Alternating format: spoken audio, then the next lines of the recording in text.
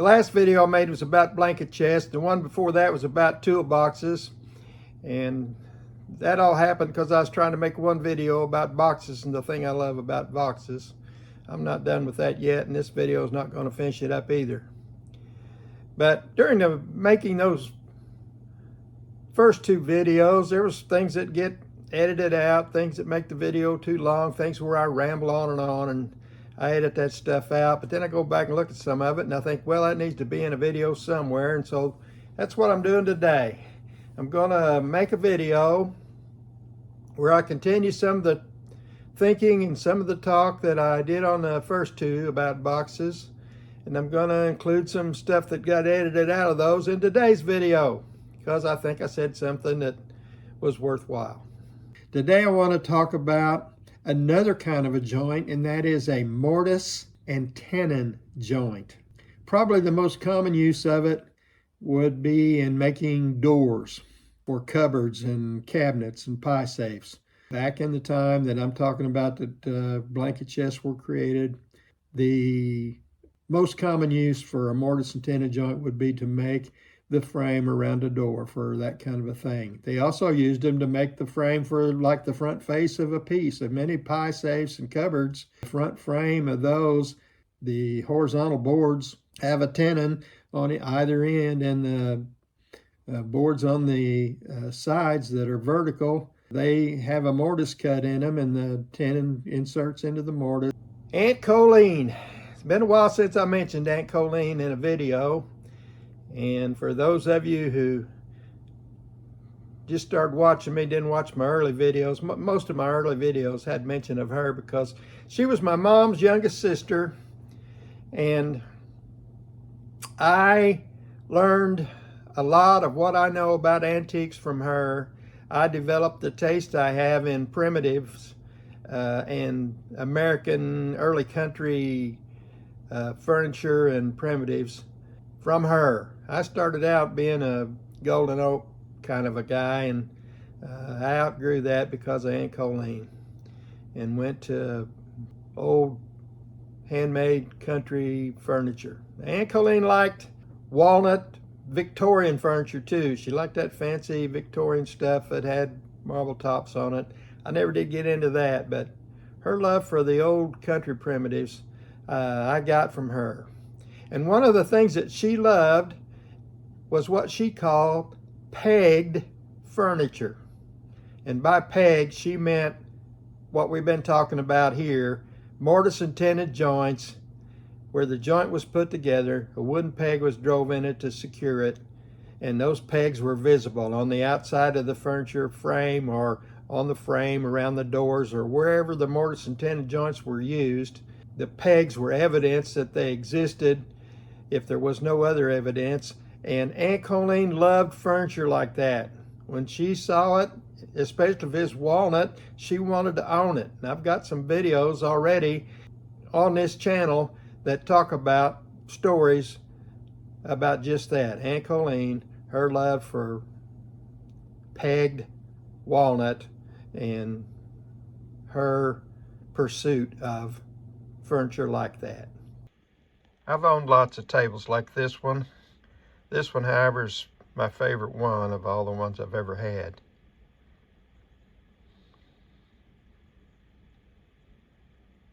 It's seen some hard times, and it's got lots of the features that I like. It has tapered legs, it has old paint, it's got mortise and tenon joints. What I want you to notice here is because of the hard times and some damage it's seen, you're seeing the mortise and tenon joint in one of the legs exposed. I just love this little table. On the chalkboard, I've shown you just such a joint, and I've drawn it in such a way as to illustrate that oftentimes blanket chests, this is how a blanket chest would have been constructed. It had a leg that was square or rectangular in shape, and it had the holes or the mortises cut into it.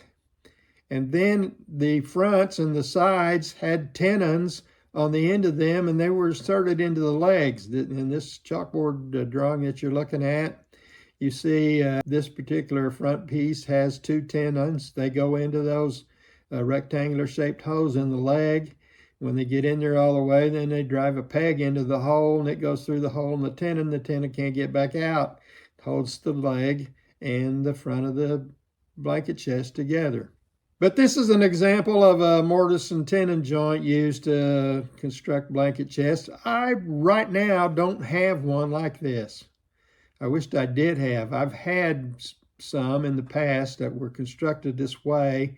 And I'll say that when you find one constructed this way, you found something that's it's got some value. It's more rare than other kinds for blanket chest construction, this type of construction. So if you got one like that, you ought to hang on to it because it's rare. There's not nearly as many blanket chests constructed in this way as there are other ways. In the last video, I talked about mortise and tenon joints and the fact that some blanket chests were assembled with legs, and the front and the back and the end pieces had tenons, and there was mortises cut in the legs, and the chests were put together in that fashion. I talked about how desirable it was to find those, how I thought they were very unusual, and how I thought they had more value than some other blanket chest or boxes of other type construction. And in that same video, we looked at over in the barn an old primitive cherry crusty painted blanket chest. It's standing on its end over there with or it was standing on its end over there with the door leaned up against it, and I talked about a plan I had for it because of an idea I got at the antique show last year. Well, I got that thing out, or I got it out to look at it a little more and maybe start working on it or make a plan for working on it, and guess what? That thing has mortise and tenon joints. It's pegged together just like I talked about was something that was desirable to find. And so just a little something I wanted to throw in there. I do own a blanket chest that's put together in that fashion, and it causes me to appreciate it more. It's got me enthused about getting started on that project where I improve that thing and get it ready to set in maybe this room or maybe the house, or maybe someone else takes it home with them.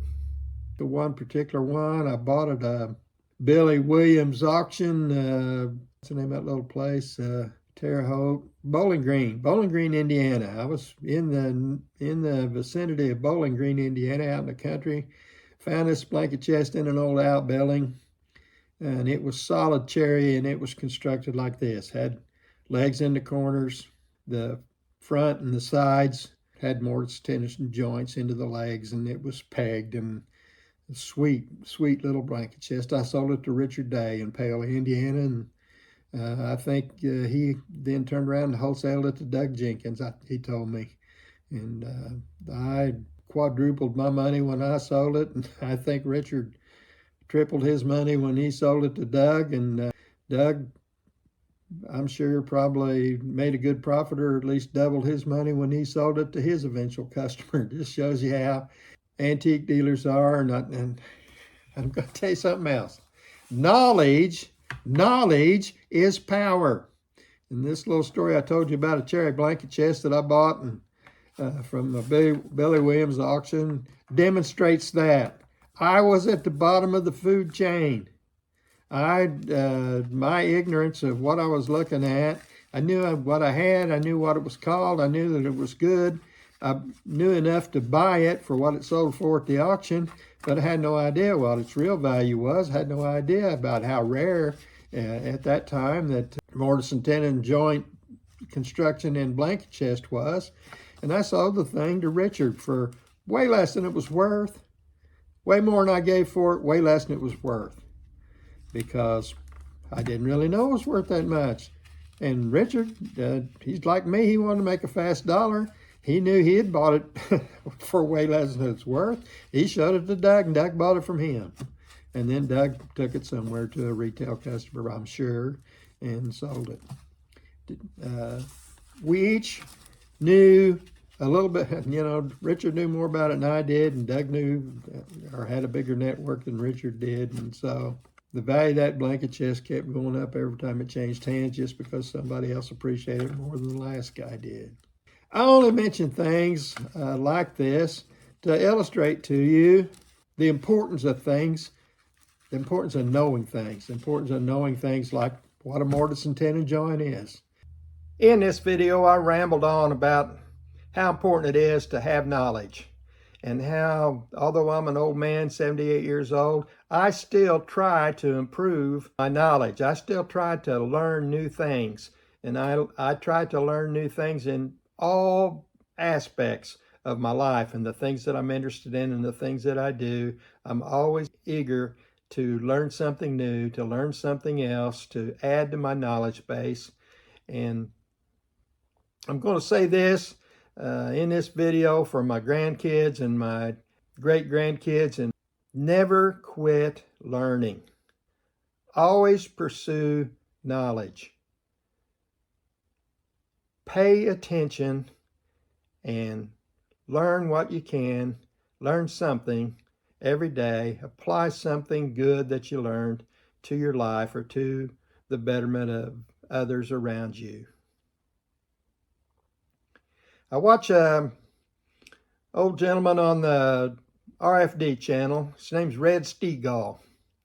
He has a program somewhere west of Wall Street. I enjoy watching this program. In fact, I record it. It's a 30-minute program. I record it and then I watch it in 17 minutes when I decide to watch an episode, because it's got 17 minutes of content, 13 minutes of commercials, and they're timed the same in every program. And so I just edit all his commercials out, watch his program in 17 minutes. At the end of the program, he does a couple of things. One of the things he does, he's got some friends who are musicians, and they're out on the porch of the bunkhouse, and they play a song at the end of the program, and I always enjoy that. It's usually a gospel song or something from an old hymn book. The other thing he does after they played the song is he usually lets us in on a little bit of his philosophy about something, or a little bit of someone else's philosophy. He often quotes Will Rogers and people like that. But the other day, I heard him say that Einstein once said, "There are two things that are infinite: the universe and human stupidity."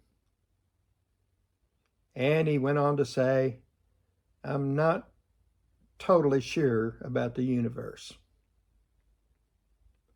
Well, I kind of enjoyed that. Mind you, I didn't say that. Red Steagall said that Einstein said that, and I don't know whether that's true or not. So I'm not taking credit for saying it, and I'm not even saying that Einstein said it. I'm saying Red Steagall said Einstein said it. But it's something to think about. Something for you grandkids to think about. I'll give you a place to find some clues on that. I have a video called, I think the name of it's Fixing Stupid. People say you can't fix stupid. Well, the Bible says you can fix stupid, and I made a video about that. Go find it. The last thing I'm going to say about stupid, and this is something else I learned from the Bible. I think in Proverbs is where I saw this. And it's the writer is talking about fools and their manner of exposing themselves. I'm going to condense it to a sentence for you. If you don't know what you're talking about, have the good sense to keep your mouth shut. That's why I have these little discussions and talk about things on the video. Not that I'm an expert. I'm not an expert. I'm just an old man who's had some experience. I'm sharing my experiences with you. And today we talked about blanket chests, how much I like them, what the different kinds of them are. You've got to see some. You've got to hear stories about some. And maybe you learned a little bit more. You learned about a mortise and tenon joint today. All these things are little clues that give you information about something that you want to potentially own, or want to potentially sell, and add to or subtract from the value of things.